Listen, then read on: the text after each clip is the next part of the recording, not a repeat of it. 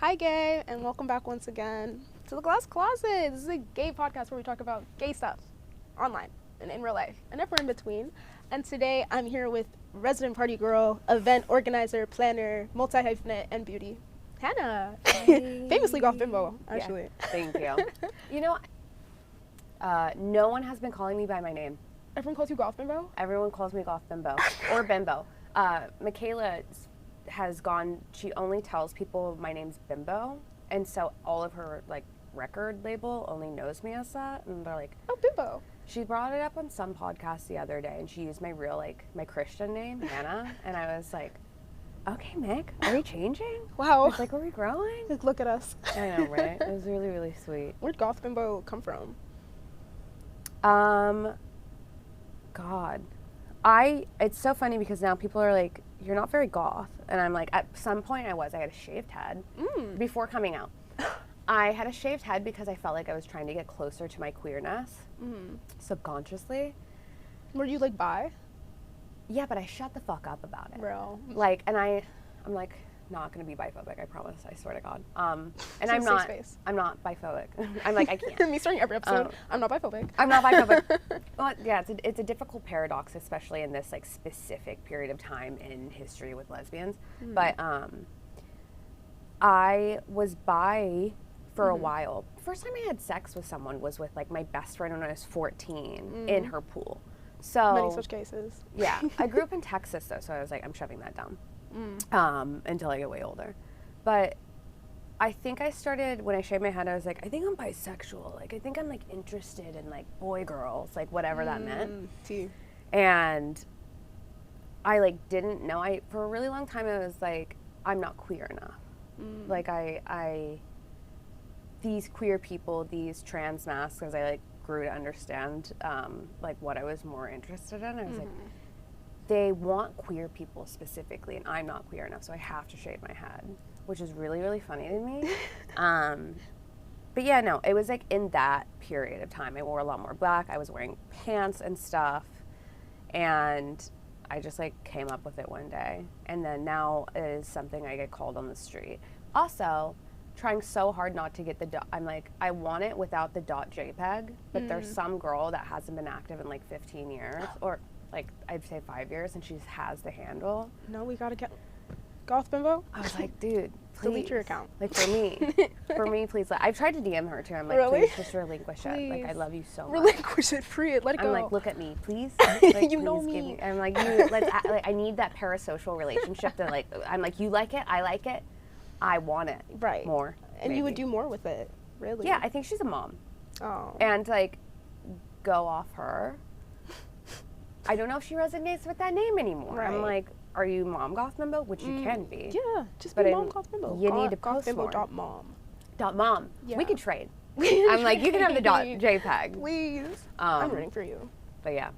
I feel like that's such an interesting journey, though, to feel like you're trying to, or you're understanding your queerness. Because also you said you came out when you were 27. Yeah, I came out really, really late in I don't life. think that's that late. But I understand that you've lived a whole early 20s not exploring that part, and then it's like, okay, let me shave my head. Yeah, and And then I was like, then- oh, I'm gay. I guess I'm gay now. But to end up here, do you identify as like a femme?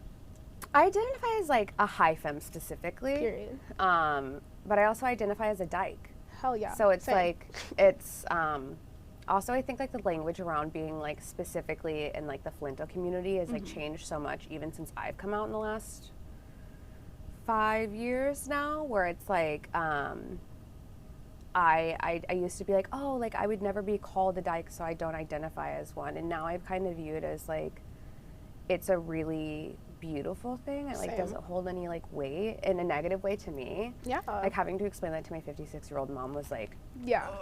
Oh. yeah, she was like, I don't, that's a slur. And I'm like, Yeah. kind of. Sometimes, like, Not for us. Not for for us. Like, us, you can't say literally. mom, but I'm good. I know all my friends are good. I even feel like dyke is different than lesbian sometimes. It Sometimes I is. use it differently. I think it's really similar to like being queer comparatively to being a lesbian, Yeah. right? I think that dyke, for me at least, and like I can only really speak to like how it encompasses it for myself, but it feels more queer. Yeah, I agree. I think that, yeah, like I came out super, super late. It feels super late in life. I remember like writing in my journal when I did come out and I was like, I'm so gay. But I was so terrified that I wasn't like gay enough, because I also had for a long time I wanted to be really hyper femme presenting, but I had been dressing for the opposite sex for so long that I was like, oh, people actually aren't attracted to that hyper femininity. But what that actually was is that men, like cis men, are not attracted to hyper femininity. They don't like women at the end of the day. Right. I'm coming to realize now I'm going to have a lot of like stern ideas of things, and like maybe that's like not how everyone views it, but this is like my reality, I guess. So sorry. But yeah, like I came to realize that like men actually, and even as I've like been gay, become more hyper femme. Men just like do not really fuck with hyper femininity. Like it's fun to look at, but they would never like take it seriously in any way, shape, or form. So after I came out and I almost like immediately got into my first gay relationship. I was like, wait, like there's like a whole space for this. Like I remember my partner at the time would like sit next to me as I was putting on makeup, and he would be like just like really enamored at me putting my makeup on or like doing my hair or getting ready, and I was like, wow, this is actually really people look at this as like a beautiful thing. There's space for me to exist celebrated. in that. I think I like the high femme aspect. It like borders on drag. I absolutely feel so similar. Yeah, it's like it really does border on drag. Like I'm really lucky in the sense of like the way that I present myself. Like I'm lucky to feel really happy in the body that I was given. Like I couldn't imagine being born into a body that wasn't this. I don't identify, but like I definitely like understand the like campiness, dragginess of it. I was like at this fashion show earlier today, and it was so funny. I dress like this always, and as I like walked up to it, they were like, there was this sweet old woman that was like super fashionable, head to toe black, like all covered in like really beautiful jewelry, and she was like, what made you dress like that today? And I was like, oh, like I dress like this always, but the invitation had like beauty. It had like it was like a beauty pageant, so I wanted to do my hair big, and I was like kind of just a slutty version of like beauty pageant. Hell yeah. And she was like, it would take a lot of confidence for me to wear that. I feel like I need more confidence. And I was like, is that shade? I was like, is that shade? Queen. But also, like, I have nothing else to live for, girl. Like, I'm like, I will be dressing like that. Absolutely. Like, this is who I am. Yeah, exactly. Work it out. And that's it. It's funny. It's like, in those two pinnacles in life, like, dressing, slutty, et cetera, is not really glorified except for in queer spaces. So true. And then also fashion. Like, those are the only places where I feel like safe existing in, and someone not. I went to a straight bar a few weeks ago, and I was like, I don't go into spaces that aren't queer. Same. Yeah, I just don't need to. Like, it's not as fun. Fuck, I'm gonna do there. Yeah, it's also like, I'm under the impression that a man never needs to be talking to me. So true. Like, a straight man never needs to be talking to me. Like, if you need directions, I'm not the one. Like, go to someone else. Like, unless you're buying me something right now. Yeah, not even. I'm like, you're trying to get somewhere with me, and I don't need that. Like, I just don't need it. Real. So I went into this straight bar, and at the time it was winter. I was pretty clothed. I just had like booty shorts on, and I was meeting my friends there. And they had started playing pool with a straight couple. And as I walked in, the straight couple turned to my friends and were like, I was going to wear the same outfit she's wearing, but I just didn't have the confidence to wear it. And my friend stopped her, and she's like, what are you talking about? She was like, well, the naked girl. And they're like, that's our friend. Which I think is really funny, personally. Yeah. I'll take it. Like, God forbid. God forbid somebody starts crying, you know? Yeah, people are mad. People are really mad about it. People are really mad that people are naked. I just don't think it should be like that. It really shouldn't. Or it's like, maybe don't live in like Bushwick. Or like, look at where we are. I know, exactly. Literally, physically look where we are in this exact moment. Like, we're in Greenpoint at Ray's Bar. Like, I understand that you my work. Tits are low. I'm undermoved. like, that's your fault. You've been to Ray's for Queer Pool. It's always really funny to me when obviously straight men come in and they try to play pool. Yeah. It's not funny. They don't know better. It's literally their bar, and then once a night a week we come in and we're like, it's actually like dyke pool only. It's really funny to me watching the people who run it have to explain to the men, being like, I'm so sorry, you can't play. Yeah. Or having to fight them off the pool table. I love well, it. we won. That's my show. I can't. My show is on when that happens. I get scared and mean. Like, You get scared and mean? Oh, yeah. I've gotten to the point where I'm like, if someone in the group has to interact with a straight man, I have to put it off on someone else, because I just go into fight or flight in the sense of, So real. not even like in a funny way. I immediately am like, how can I take whatever is going on in my life out on this man for no reason? He actually does not. He's done nothing in this moment to deserve it. He's done something. He's done something in his life to deserve it. And maybe like the bimbo slut in the bar is not the one, because he's like not going to take me seriously anyway. That's cunty in a way, but I get what you mean. Like feeling like devalued and not respected, and like all this pent up anger. Yeah. And you don't feel like you have control over the situation. And honestly, that's what I was gonna jump off of your thought around like hyperfemininity being celebrated in queer spaces, and how high femininity and really like maskness and trans maskness really interacts in a protective butch femme dynamic, you know? Yes. So I giggle.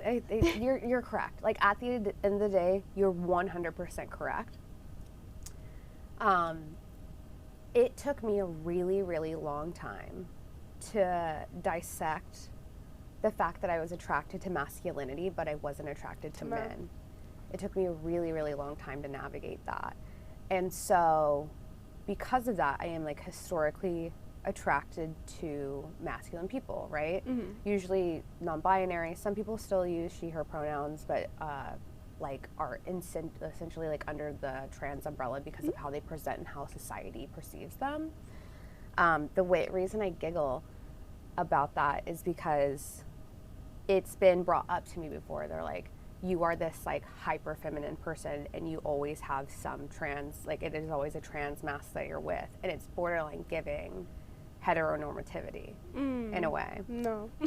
Sometimes in my mind I'm like, it's gay. Like we're fucking gay. Of course it's gay. It doesn't get gayer than that. I think butch femme is like the pinnacle of lesbianism. I completely agree. It's also changing so much, but also, I mean, I see where they're coming from, because at the end of the day, I think that a lot of people get put into boxes, and that like we need to be able to hold space for like not the dynamic to look like that. And then it also goes back to my insecurity of not feeling queer enough. Like, is that not queer enough for you? Like, I'm inherently dating trans, like, people under the trans umbrella just because it's butch femme. Like, does my attraction to other people, like, is that not queer enough for you?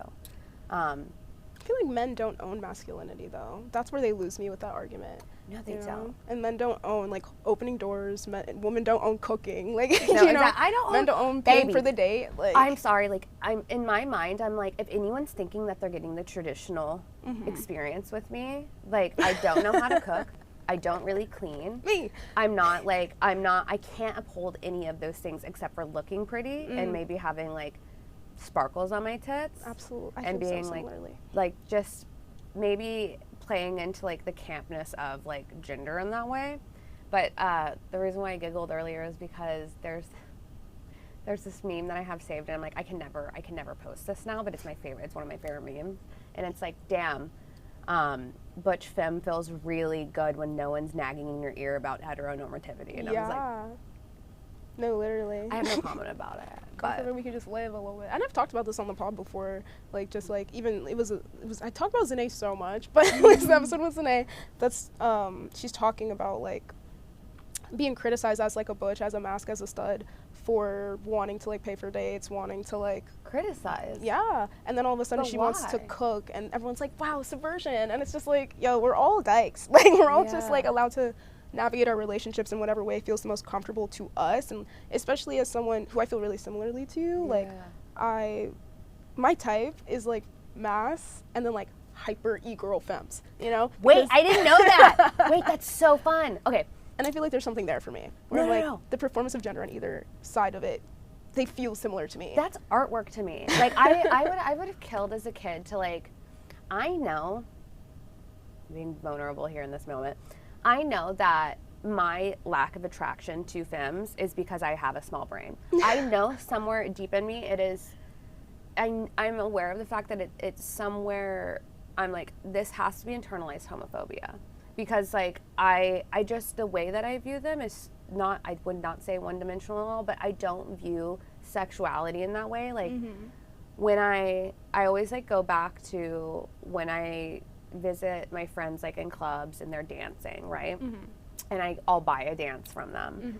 And there's this moment where like the mirror is turned around on me and I have this like beautiful like hyper femininity like thrust back at me and I freeze. I'm a pretty like, I'm like, I don't feel weird or nervous almost ever, but those are the moments where I go, ooh, and I like, I freeze up and I'm like, I don't know what to do with my hands. They have to be like, you can touch me if you want. And then I walk out of the club being like, am I attracted to femmes for like 2 days straight?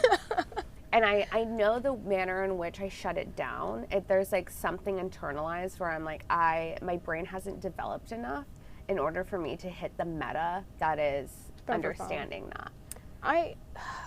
That's an interesting point, because I feel like that's really interesting. I do feel like there's something there with me too in terms of femme for femme. Like I feel like, but I also think it might just be like preferences I feel like in a relationship or how, like, because when I have been with like hyper femmes, albeit non-black hyper femmes, I have taken on. I'm so sorry. It's okay. I've taken on a more masculine role and like I have enjoyed it, but it also felt, honestly, because of the racial aspect, a little bit like, wait, well, yeah, I can't, like, hold on, why do I gotta pay for everything? Aren't we both girls, you know? Yeah. And with mass, it's not that I expect that from like mass more than femmes, but I think there's the attraction is that there's this understanding of like queerness, gender, lesbianism that I feel with most mass that like is intrinsic, or I guess just not all mass, but like mass I find myself attracted to. We have this like mutual like, you kind of fall into this role and I kind of fall into this role, and like we're not forcing it on each other, it just naturally aligns, that I don't always feel like I have with femmes. Sometimes I do, but mostly it's just like with mass, it's something so beautiful, it's something so it's like different, and it's like it is. I totally understand what you mean by that, and it's also like there's something about when I tell my friends this, they're like, Hannah, but there's something about femme for femme when I see them kiss, I'm like, I don't understand that, but I understand because I'm like, that's art. Yeah, I'm like, that is beautiful. Something, and I understand it's my brain being like, I can't, I'm like, how's it work? And that's my issue. It's no one else's issue, right? And but the thing is, some of the most like successful relationships I've ever seen in the queer community are femme for femme. Real. And like, that is really, talk about breaking like gender boundaries. So true. And like being able to be like 50-50 and or like, but the thing is, in every relationship, I was just talking to someone about this the other day, you just have to take turns being the baby. Yeah, absolutely. And it's like, sometimes I feel like in my relationships, I've worn the pants a lot of the time. Like, I am the like hyper femme in this situation, but I'm wearing the fucking pants. Like, if you think a trans mask is not in a fetal position and I'm not rocking them when rubbing their little head, y'all. Yeah, when me I'm tomorrow. Like, it's okay, like, it's okay, maybe like I'm trying to walk them through their feelings. And literally. Like, and that's like emotional work that I don't mind doing. Absolutely like, that's not. just kind of like a part of like the human being that I am. But it's like, yeah, the meta of it all being like, I think if we just got a really good combo of like, you're baby at this time and I'm baby at this time, and you just trade off back and forth, and like it is also strengths and weaknesses. Like, I can't cook, I will not cook for you. I'm not very good at cleaning. Like, what I can give is a look. I can give a look. I can make money and like be kind of like making more money than you. No, that's my goal. I want a house mask. Yeah. And I want to be the breadwinner.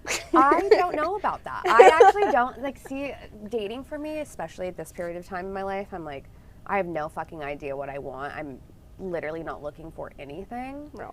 And I think that in my last relationship I had, it really showed me that, because I think a lot of that for me, for myself only, is like, I don't really give a fuck about what job they have. Like, I really don't give a flying fuck. I think that the only thing that I like know is like my North Star and thing is that they're like, well, first and foremost, like hot. Yeah. Like, I have to be attracted to you. Right. But, like, okay, once the attraction is out of the way, it's like, are you nice? Like, are you kind? And do you edge? Yeah. No, I don't. I fucking hate edging so much. Tell me how you feel about edging. I would love to know where you sit with edging. I like edging. Edging's a good time. Walk me through that. Because in my mind, I'm like, I don't get it. My friends, every single friend that I have loves to edge, and I'm not there. I don't get it. It's like wind in my brain. You like instant gratification? Or yeah, and Real? it's like, I think it's because, well, I think it's like I'm sober, so like I'm an addict, and like my brain is wired to be an addict. It's like those little rats in the cages where they press the button for cocaine, and it's like that's really how my brain is wired, for better or for worse. But like one of my friends was like talking about how they were like starting to see this person.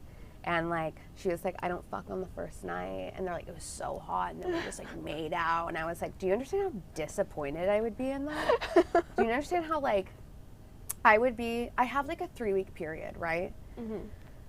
Unfortunately, I've gotten to a point in my life where I'm only into people that are really, really into me. beautiful. And You don't chase, you attract. hopefully, we'll find out, right? Like, we'll eventually. But I've tried to be into people that weren't super into me because, like, it's been, like, a slow burn or, like, whatever, or I wasn't ready for a relationship and I needed to really get to know someone or work through, like, my avoidance. Real. But the attraction always ends up wearing off because at the end of the day, unfortunately, like, I am Tinker Bell. I'm like, if I don't get attention, I will die. I die. Like, I cease to exist. So there's, like, a 3-week period where I'm like, ooh, it's banter. Like, ooh, we saw each other at this club and, like, I didn't invite them home. As long as we're not sleeping in a bed together, I'm like, okay, that's hot. But after 3 weeks, I'm like, oh, I'm just genuinely not interested in you. You're not pulling up heavy on me. It's not like need more. Yeah, and, like, trust me, like, once I actually start to sleep with someone, it's not that, like, I expect them to, like, initiate all the time. I'd say about 70% of the time I'm looking at them being like, you want this fat pussy? Like, it's like, I put it on thick. But, yeah, the edging aspect of things, and like, yeah, we, like, slept next to each other and, like, we didn't touch. And, like, I would literally go home, delete their contact, and be like, I'm never talking to them again. How the fuck how did they fumble so hard? Like, if you're so lucky, because I sleep naked, right? And, like, guess what? If someone's spending the night, we had a date. Someone's not spending the night unless I've at least spent, like, 4 or 5 hours, and I've been like, you can go home if you want, but you also can stay. If I'm gonna get butt naked, if you're seeing my ass, and we're sleeping parallel next to each other. So no head? You know Yeah, so no head. And then also, not only that, but then they're leaving the next morning and, like, we're not kissing. I'm like, first and foremost, gross. Ugh. I'm like, yeah, I'm not interested in it at all. Like, I don't understand. How long is the longest time that you've edged? Like, before having sex with someone? Or, like... Yes, like, before in general in life. And when does that go from edging to someone leading you on? It can be both. I see two of my friends that are definitely going to be seeing this. 2 of my friends have not had sex yet. They've been edging each other since February. Oh my God. Yeah, just like, and then they just, like, won't. And I'm like, do you guys actually fucking like each other? I feel like that type of situation is for, like, when, like, you're, like, my friend called it emergency injury reserve roster. Injury reserve roster. Like, once, like, the main top 3 spots, like, fumble. It's like injury reserve, break the glass, and then you fuck the 6-month edging relationship. Yeah, so I've never had one of those, and maybe I should, like, that's what I'm saying, like, should I work on that? Like, should I start having an edging whatever the fuck? Like, should I like edging? A lot of people, another one of my friends was talking about this the other day, and they're like, you know, they're like, oh yeah, like, we had a 22-hour date, we stayed up all night, and, like, we went to, like, the park, and we did this, and we were in our car just talking, and sometimes, listen, that's so romantic, and, like, if you're looking for a relationship, totally, actually. Like, that's fucking sick. But all of these people I'm talking about and, like, are just trying to fuck. And I'm like, you're not even getting there. Like, you're not even enjoying the aspect of it that's, like, the whole fun. point. The whole point. What are we doing here, man? Exactly. Like, what are we doing here? Yeah. But that makes sense. I don't edge unless I feel like it's, like, a relationship vibe. Yeah. But how do you even know when it's going to turn into a relationship? I never know something's going to turn into a relationship until it's been, like, 4 or 5. There's been once. There's been one time. It was when I came out. Oh, with your first relationship. With my first relationship. That happens. And I, like, he's a sweet guy, but, like, I don't think it really had a lot to do with him. I think it was, like, I had been waiting so long for it, and I was, like, 27, and, like, I had been fucking so many guys, and I had been single for 3 years, so by the time I met him, I was, like, oh, no, like, this is it. And, like, it's that weird, like, fairy tale-esque, like, so enamored, borderline obsessed with someone where I think I would have felt that way for anyone. I think at that time he was also, like, just something I was really enamored with because, like, I found him so interesting. But yeah, that's, like, the one and only time I've ever been, like, 3 weeks in being like, so what's up? It's us. So what's up? It's us or what? Yeah, it's like us or what? And then I would just, like, threaten to leave. I'd be like, well, I'm gonna leave your fucking ass. And then right now. Guess what? I didn't. I stayed with that motherfucker for, like, 2 years. Damn. Stayed with him for 2 years. We went to couples therapy. Damn. We didn't lock it down. Whew. I would like to say a preference of this. Me and this person are fine now. I hold no anger towards them. I've had a very adult conversation with them, and a lot of this is probably my fault in sticking around and not leaving when I should have left. So it's like a situationship. If you can call being together with someone for a year and a half, buying groceries together, sleeping with them like almost every single night, a situationship. But with no label. No label. God. But I also listen. Like, that sounds so bad, and it is kind of. No, bad. Listen. Don't do it. It's not worth it. It killed me. And that was my first queer relationship. Oh my gosh. So it like literally tore me from limb to limb. But, like, I also put a lot of pressure on him. Like, as I just said, 3 weeks in, I was like, do you want my pussy for life or what? And obviously, him as someone that was older, I think at the time he was like 30, 31, had like 8 relationships under his belt, his gay relationships under his belt. He was like, okay, I really care for you, but, like, no, I'm not going to get into a relationship with you after 3 weeks. And then I think from there I was always just like, fuck you, you're never going to choose me, like, fuck you. And it was not like the healthiest relationship on earth. It was your first queer relationship. None of them are. Could you imagine? Time out, ready? I got out of that when I was 30. So I'm experiencing these, like, emotions you usually go through when you're like 17, 18, 19. As, like, I was working a corporate job. Like, I just, like, it was crazy. It was, the way we broke up was horrible too. So, and it always is. It was like it's a canon of it. Earth shattering? Damn. I'm friends with this person. We're not friends, but, like, we are okay. And, like, we have worked through it. And, like, I luckily go to a 12-step program, and I really had to look at my side in it. The amount of pressure I was putting on him and the pushback and, like, why we didn't get together until, like, a year and a half. But he was supposed to visit Los Angeles for, like, a week, right? That was our big thing. Like, he lived in Los Angeles. I lived in New York. He lived there 6 months out of the year. And he would leave me for 6 months out of the year to be in Los Angeles, and we'd fly back and forth and see each other. He'd spend summer in New York. He was like, I'm just going to go to Los Angeles. We'd broken up. We'd gone through couples therapy. We finally had just locked down our relationship after a year and a half. And we were, like, coming up on, like, that 2-year mark. And he was like, I'm just going to go to Los Angeles for, like, 1 week. And I was like, okay. He cheated on me with a friend and left me and moved to Los Angeles and, like, was immediately with her. And, like, the gag is, she looks identical to me, just with, like, yeah, it was bad. It was bad. God. Just, like, with tattoos. She was, like, a friend of mine, too. We are fine. Everything's fine. We're fine. I'm fine. This with is it. just a But cautionary tale. I was an adult, like, experiencing this for the first time, and like, Damn. that's where it was like really earth shattering. I just don't think my brain was developed enough to be able to like handle that. Real.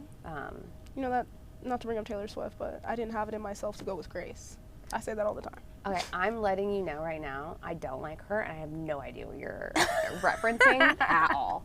Not even a little bit. I'm not a supporter, but... What does that mean? You had to explain that to me. I didn't have it in myself to go with Grace. Like, I didn't have it in myself to go with Grace. You know, I'm learning that in my life right now, because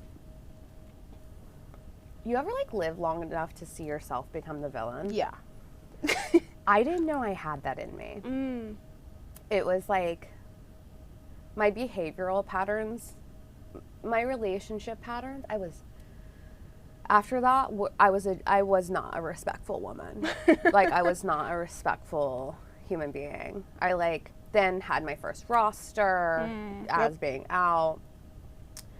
I don't think I handled my roster very well. Like, I learned a lot after that, in the sense of like,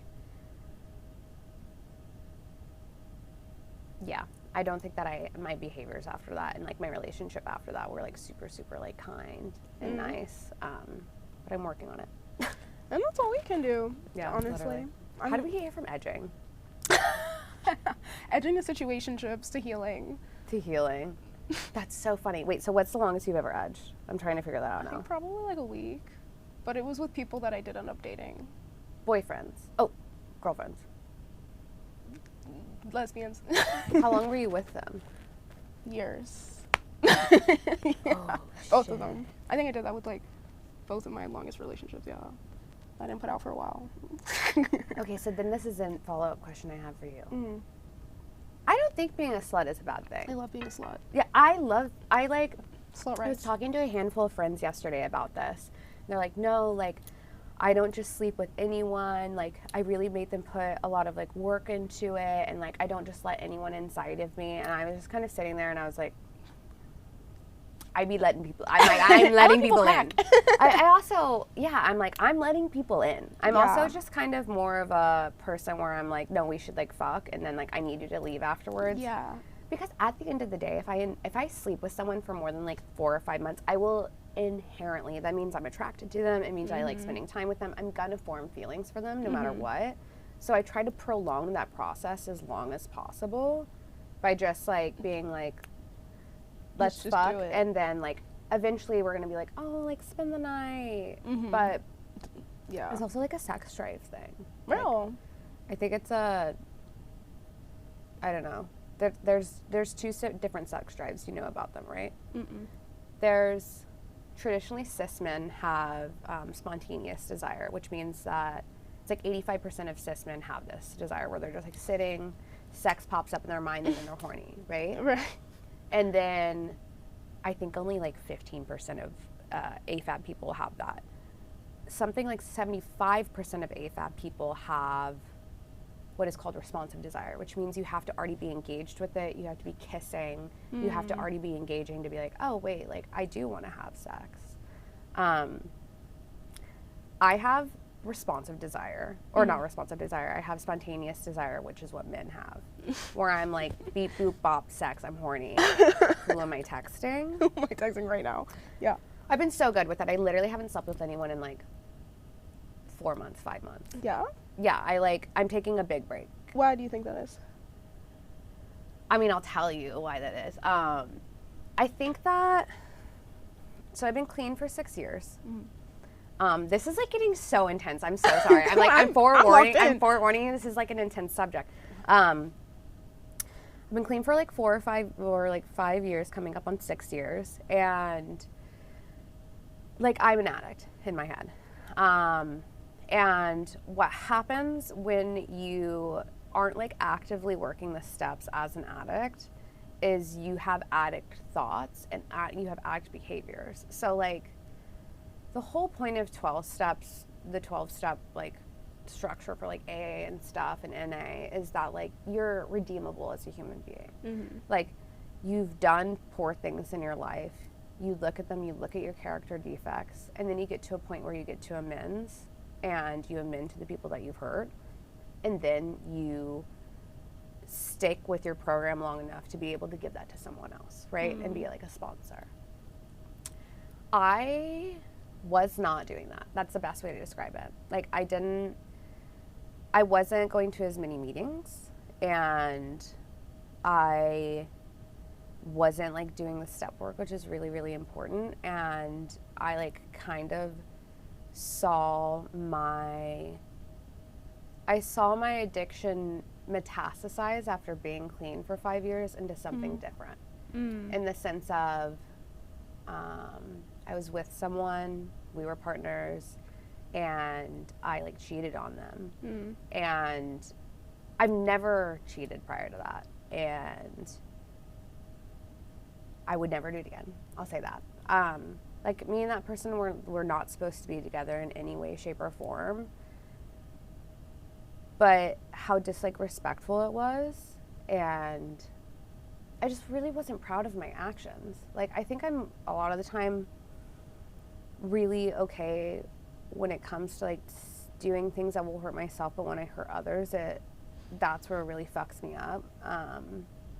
And yeah, I just put him in like a really, really, I was really selfish, and I put him in a really compromising situation. And my amends to them is like leaving them the fuck alone. But long story short, the cheating aspect made me kind of step back from it and being like, okay, I didn't like that. I didn't like my behavior in that. I actually like went into this really dark place, and I was like, I'm gonna go to SLAA, which is Sex and Love Addicts Anonymous. Anonymous. How do you know about that? I'm not new to this. I'm true to this. No, like, really? Wait, no, a lot of people are like, what's that? What's law? Yeah, it's law. And I think that, to be super honest, I think that, oh my God, it's like the most humbling thing on planet Earth. Like, oh my God. Because like, I think that that's something I've had for a long time. You know, love the program. I'm not out here being like, I don't have the issue of being like, I need to sleep with someone every single night. It's more of like, I'm really avoidant. And the way that has materialized is to push people away and to do things like really selfishly and not really care about how it affects others. And I didn't like the behavior. And so I like wanted to look at it. So the part of it is like, you have a suggested 90 days no sex, which was weirdly, for the first time in my life, not an issue at all. I think I was seeing a person or two during the time I started it, so casually, cannot express that, but like enough, but I like cut it off with them, and like I haven't had sex in like I went over, I'm like on month 4 now, and I am so good. Yeah, like I don't want to, or it kind of feels in a few ways like freeing. Like, it's not in my mind as much. Once you start working a program, and like I feel like in some ways, and like I'm really early on in my program, like I have to get to the point where I get to like, I do my amends, but it's something I work with my sponsor on. Like, I try once a week. It's like, sex is like so sick and amazing until it's like you're like actually hurting someone's life with it. And yeah, I just haven't felt the need to. Real. Which is like so cool and different and rare. Like, that's like not how I was functioning prior to this. I was like, it's been a week and a half. That's not like, I'm not dealing. I had like the roster and everything. But it's been gratifying to like not have that be a central focus and just focus on your healing. Is that what you're saying? To an extent, yeah. I mean, it's been really shocking, if anything. Like a test of your will. Yeah, like I'm surprised I don't care about it, and I'm surprised that I'm taking the rest of the year off dating. Like, I couldn't imagine like being emotionally available enough to care about someone's emotions right now, because I'm still like really focused on, fortunately, myself, and like I couldn't imagine like putting myself in a situation. I also am like scared to hurt someone. Like, once I like realized how capable of I was of that, and like also I think I was really scared to admit how much I hurt them for a long time. Like, there was a handful of opportunities I had to be like honest with them, and I was like so scared of like facing my own shit with it that I was like, I can't do it. I like, cowered it out. I really relate to that.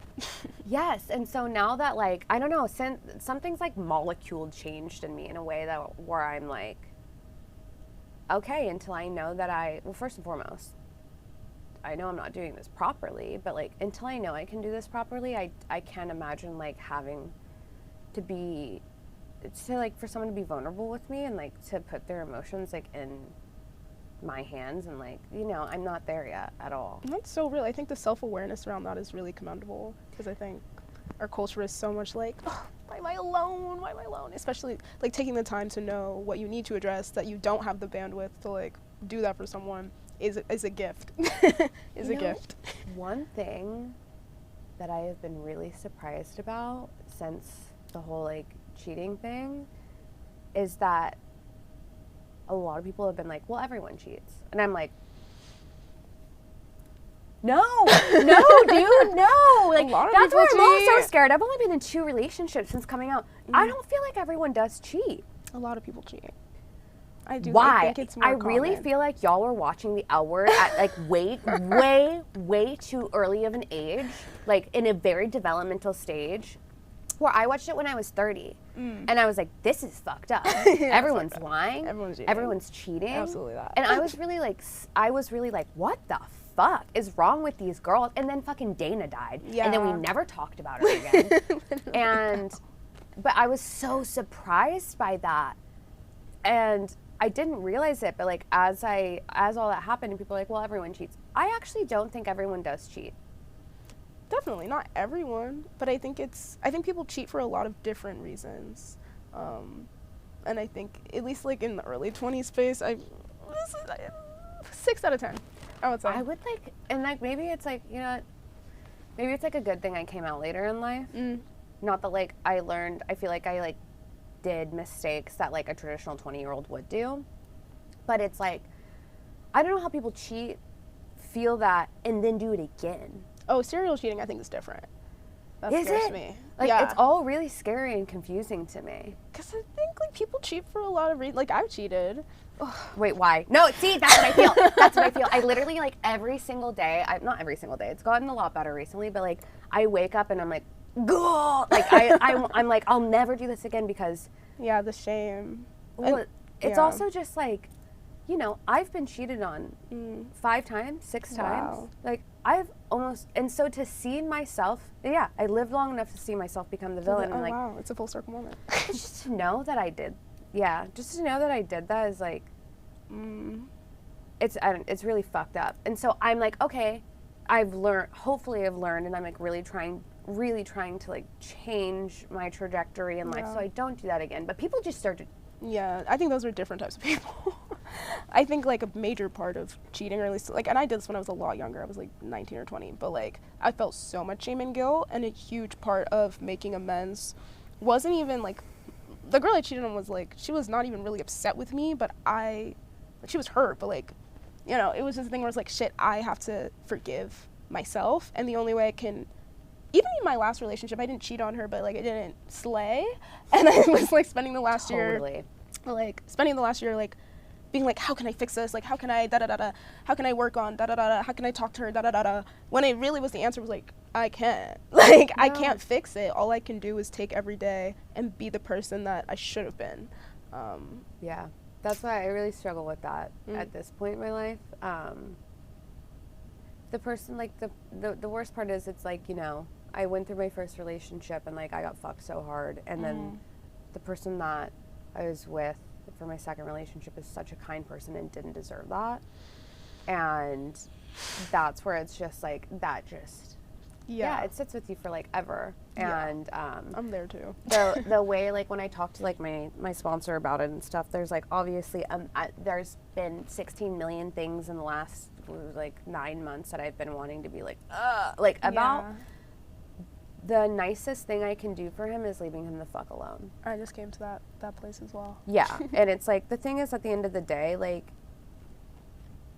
the excessive apologizing and stuff, that's really like not for them. It's for you. It's for you to make yourself feel better. Oh. And I feel like I shit the bed so hard that I was like, there's actually no words that I have. There's nothing that I can do to rectify this. Like, I just have to like recognize that was like absolutely horrible and hopefully never do it again and learn from my actions and leave him the fuck alone. And if we show up in the same spot, like, I gotta go. Because like, that's just gonna, I mean, you know. And it aligns with your actions. Leaving would align with what you want. Well, yeah, it's also just like, dude, if I pulled up to the club and someone that cheated on me was there, that would ruin my whole night. Yeah. You know, like, it's not, it doesn't matter how, I just got, like, after working with my sponsor in SLA and, like, AA, I just got to the point where I was like, okay, like, I just have to leave. And I just kind of have to be okay with people being like, she's a fucking bitch. And, like, being like, yeah, totally. I feel that way. Like, the acceptance that, like, some people are not gonna fuck with whatever. I feel it, like, within my own shit, like, yeah, that's also been a huge I was not thing. expecting to talk about this on here. I'm really... But I think it's really real, and I think it's really potent. And it's honestly, like cheating and self-growth and, like, all these edging. Like, I think I wanted to talk about. I think it's really important, and I think it could help a lot of people, because I'm sure, like, 6 out of 10 people watching this have cheated, and the 4 out of 10 people watching this who are the people who have been cheating on. So sorry. Sorry, you guys. Yeah. My fault. Fucked up. It's really fucked up. It is really fucked up. But it's also really human, I think, especially when you're young. Like, that's why, like, I this is where I really, obviously, like, I'm not, like, fully, like, at peace with it in the sense, because I'm like, is it?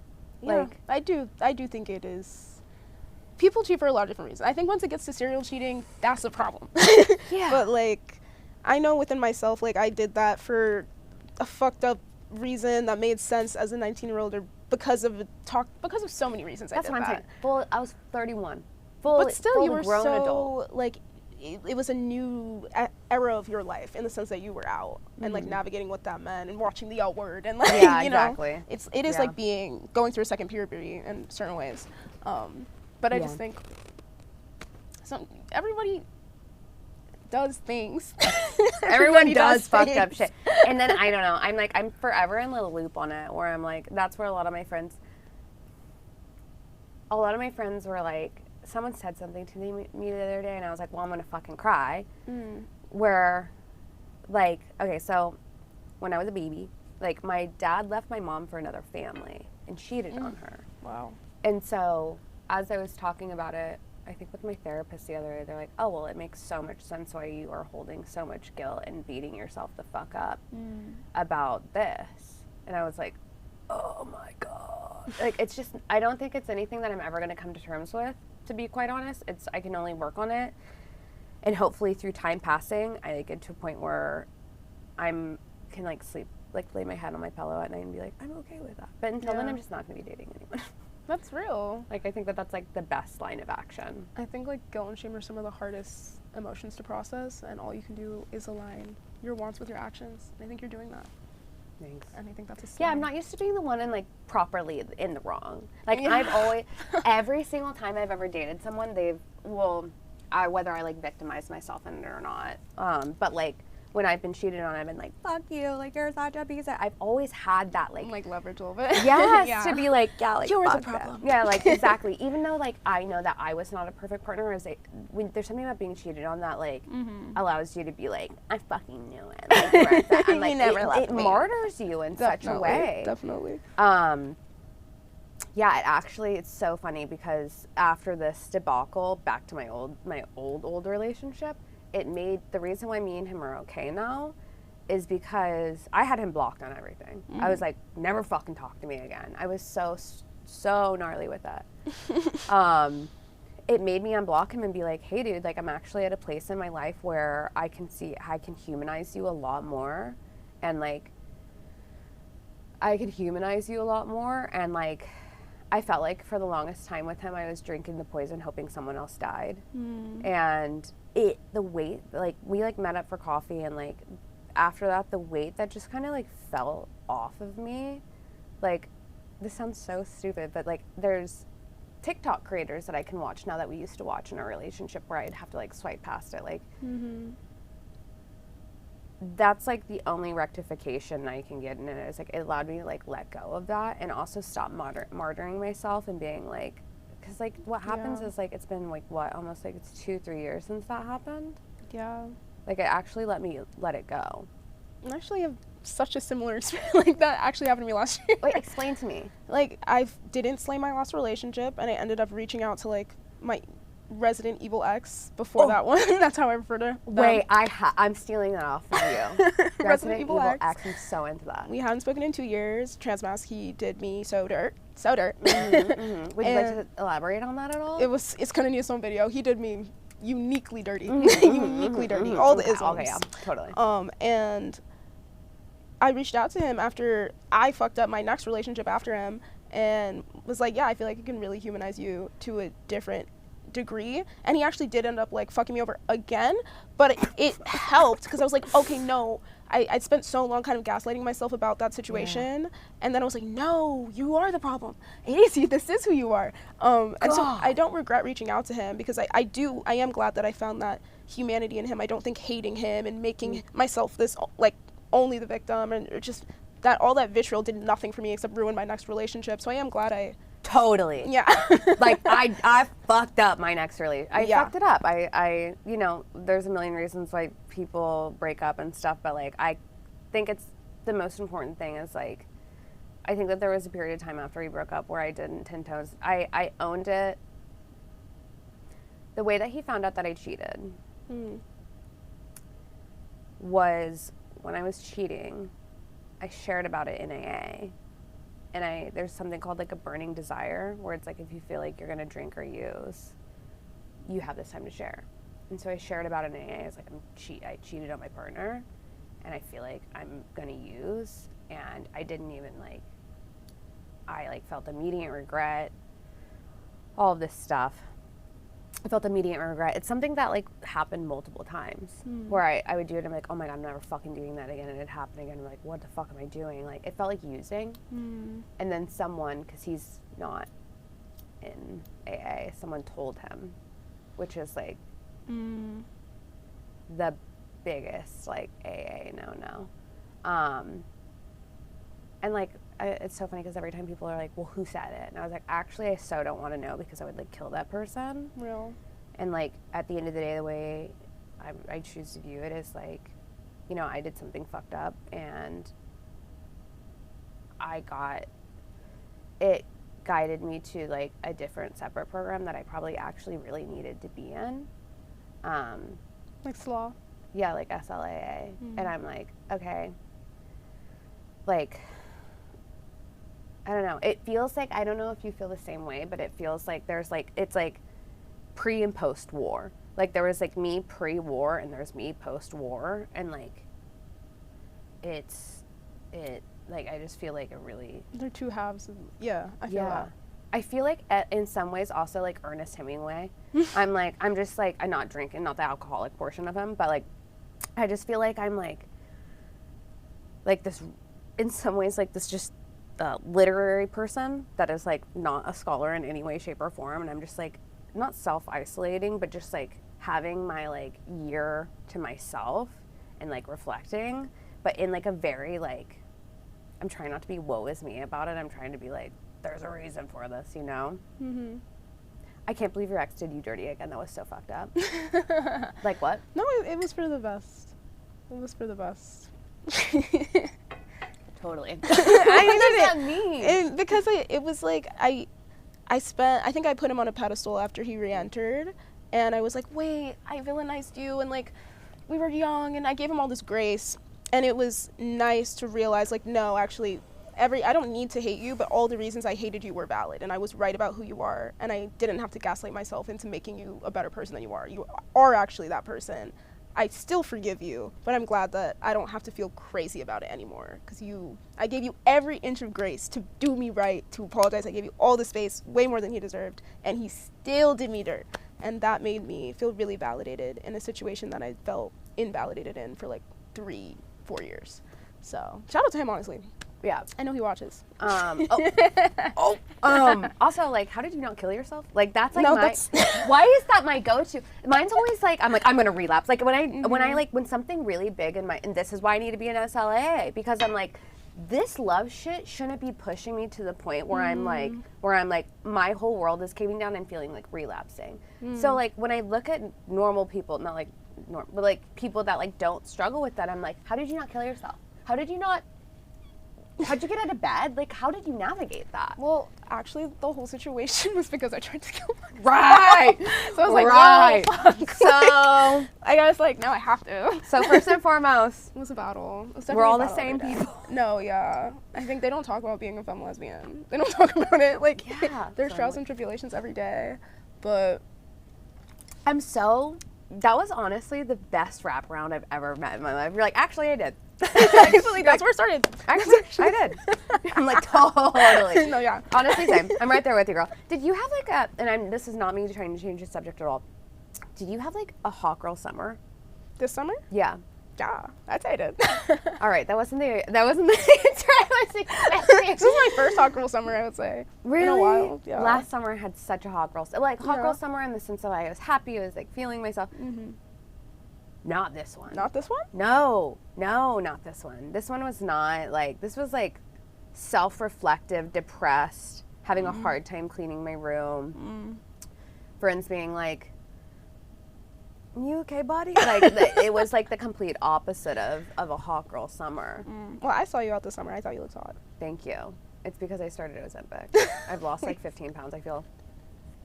My mind when I started Ozempic, I was like, I love my body, right? I really do love my body. And I was like, but what if I'm 4 pounds? I was like, but what if I was 4 pounds for like a few weeks? And I did.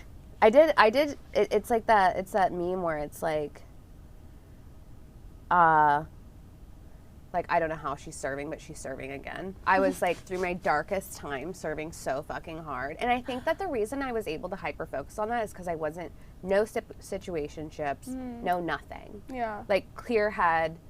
Just raw dogging life. Totally. Sober and no one, kissing absolutely no one. Have you Yeah. ever done that? Yeah. Maybe not the sober part, but No, it's that combo. yeah, that saves. I wouldn't put that on my worst enemy. But it is like it's so weird. It is like a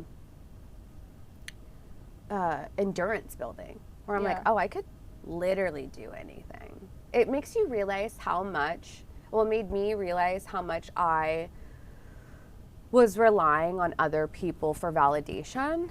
And that's a historical issue with me. And like I'm trying to like get to the point where I'm validating myself and I don't need it from anyone else. Hell yeah. But yeah. Well, I think you have incredible willpower. I think I'm gonna title this something. We have to wrap soon, but I think Oh, I'm gonna shit. title this something. Wait, spinning the block.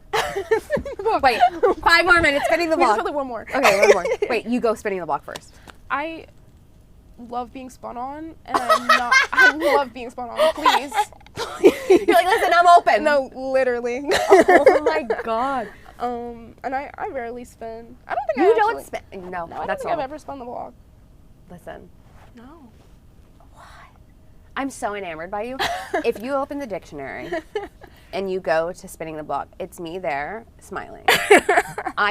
There's been one time I've never not spun the block, and that's because he did me so dirty that I like almost died. But every other time, I love to spin the block. And like, it like, oh my God. Like, and it's just because I'm like, you know, you break up with people for reasons, but you're like, what, so what, are you like never gonna fuck again? Like, and that's, Oh, you mean like with an ex? Yeah. what the fuck did you think spinning the Okay. block was? Just like with a little talking stage, and then you stop talking, then you're like, wait, what if we talked again? that all is spinning the block. Yeah, I have spun the block on my ex for sure. I But- spent, yeah, what? But we So, like yeah. never really broke up. Just That's that- just gay. That's Okay. just like, that's a normal gay relationship. Okay, got you. I literally do it on every situationship. And the thing is, the worst part is like, if I'm spinning the block, we ended for a reason. I actually don't want to be with you. No, literally. We shouldn't be with each other. Be together.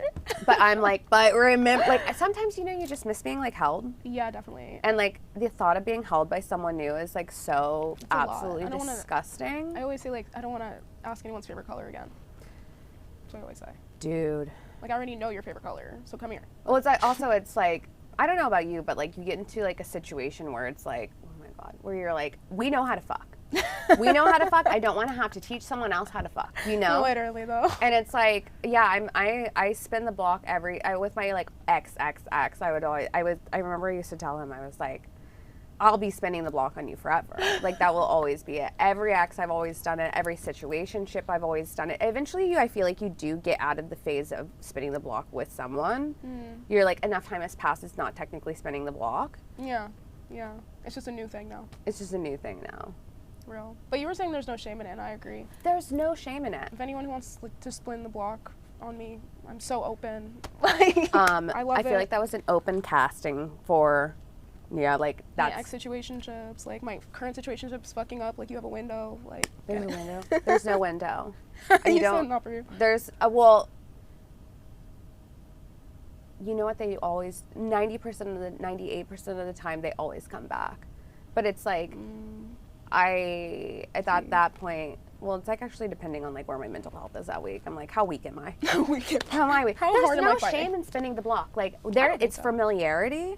It's like, I don't know, you guys were attracted to each other for X amount of time, and sometimes you just want to be kissing on each other. It doesn't mean that, like, in the same way that we have a lot of grace for like situationships and like not being in relationships and fucking random people, like unless that person like put hands on you, unless that person tried to like steal your social security number, like, I'm very pro. My friends know that they can always come to me and be like, I spun the block, and I'm like, as you should, baby, and I'll be here when you decide not to. I don't think it's a bad thing at all to spin the block. No, there's no shame in it. It's like, knock on the door, God forbid. It's like, God forbid. It's like, God forbid we see each other out. God forbid. It's more, what mine looks like is it's like, Lord forbid I ask you to coffee, and then I end up being like, fucking psychotic and being like, do you like miss me?